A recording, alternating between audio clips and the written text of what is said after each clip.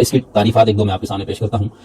کشاف اصطلاحات فلسفہ میں سی اے قادر صاحب لکھتے ہیں کہ وجدان، اس کی تعریف جو ہے، نفس انسانی کا براہ راست اور بدیہی طور پر خود شعوری کوائف، دیگر نفوس، معروضی دنیا، کلیات، اقدار اور تعقلات کو جان لینا، وجدان کو خاص قسم کا وقوفی فعل سمجھا گیا ہے۔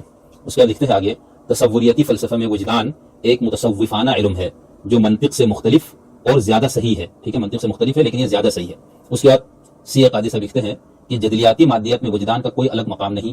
جب کسی شخص کو دفعتاً کسی شے کا علم ہوتا ہے تو یہ اس کے حاصل کردہ علم اور تجربے کا نتیجہ ہوتا ہے۔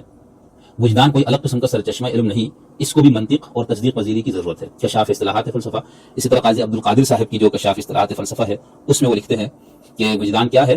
حس و تجربہ اور عقل، فہم بحیثیت ذرائع علم سے ممیز اور مختلف، یعنی حس اور تجربہ اور عقل جس کی ہم نے بات کی تھی، یہ کہہ رہے ہیں کہ ان سے بحیثیت ذرائع علم جو ان کو مانا گیا ہے ان سے ممیز اور مختلف چیز ہے جس کو وجدان کہا جائے گا، معروض کا براہ راست بلا واسطہ درک۔ ٹھیک ہے، تو یہ انہوں نے اس کی تعریف کی ہے۔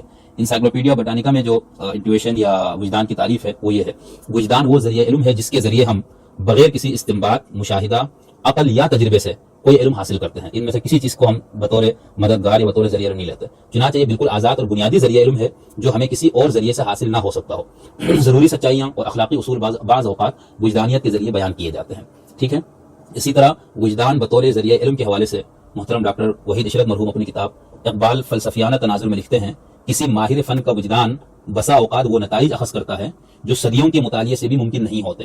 وجدان اچانک کسی یقین کا اذعان ہے، ایک چکاچون فکر کی ایک لپک، جیسے سمندر میں بلند کوئی اچانک اٹھنے والی موج۔ تو یہ انہوں نے ان الفاظوں میں اس کی وضاحت کی ہے۔ ڈیکارٹ کے نزدیک ہدایت جلیہ یعنی بغیر غور و فکر کی زحمت اٹھائے کسی چیز کا فوری آشکار ہو جانا۔ ٹھیک ہے، بغیر غور و فکر کی زحمت اٹھائے کسی چیز کا فوری آشکار ہو جانا۔